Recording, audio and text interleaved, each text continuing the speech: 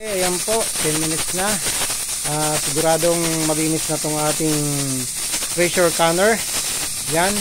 So, ang gagawin po natin, patayin natin yung ating gasol dito. Okay. Yan. Tapos tara natin dito, siyempre. Hayaan muna natin mawala yung kanyang steam o pressure. Bago nyo dakutin, kasi kung pwede nyo rin tanggalin yan para talagang kumbaga mabilis na matanggal yung pressure sa loob. Yan yung pressure gauge yung sinasabi yan. Pag nawala na yan, pag bumaba na, pwede nyo na yan tanggalin para talagang mawala yung pressure nya. Baka totaling mawala niya. Pwede nyo ring hayaan lang hanggang sa lumamig.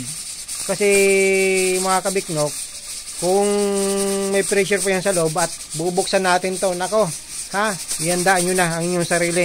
Sigurado yan na mapapahama kayo. So wag nyong bubuksan yan hanggang may pressure pa. Ayan na, medyo wala na. So ang gagawin natin, pwede natin tanggalin na yan gamit siyempre yung ating gloves. Diba? Para yung pressure ay marlis. Totaling marlis yan. Hayaan nyo na lang. Ganyan.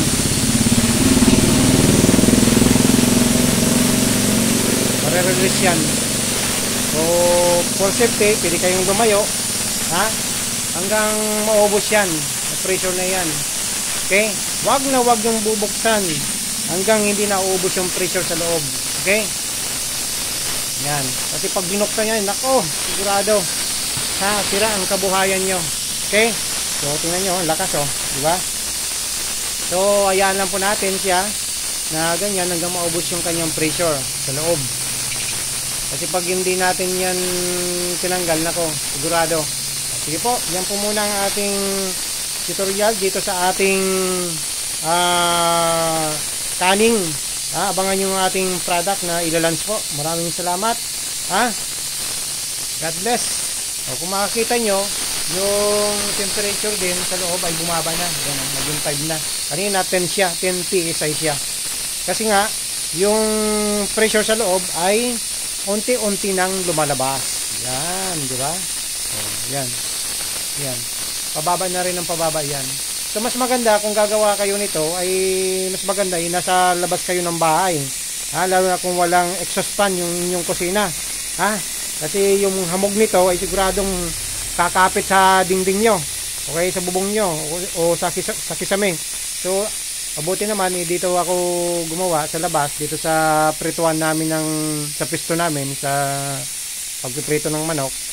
So yung hamog nito o kaya yung steam na basa ay okay lang kasi nasa labas tayo. Maraming aircon dito, yan butas-butas. So mas okay. Kasi lagi yung tatandaan po, wag yung bubuksan hanggang may sumisingaw na steam o kaya pressure. Kailangan maubos yan. Okay, kung nagmamadali kayo, after nyan, mawala yung pressure nya o kaya yung steam nya, pwede nyong basain itong takip nya sa gripo para nakakatulong kasi yon na mawala totally yung kanyang steam sa loob o kaya yung kanyang pressure. Okay? O kaya pwede nyo rin ito yung bulb, yung bulb na yan, pwede nyo ibaba din yan, susukin ng tawag yan ng chopstick para lumabas yung steam dyan. Yan, nakakatulong din po yan para siguradong wala talagang natira sa loob, para bago nyo buksan ay safe na safe po. Maraming salamat.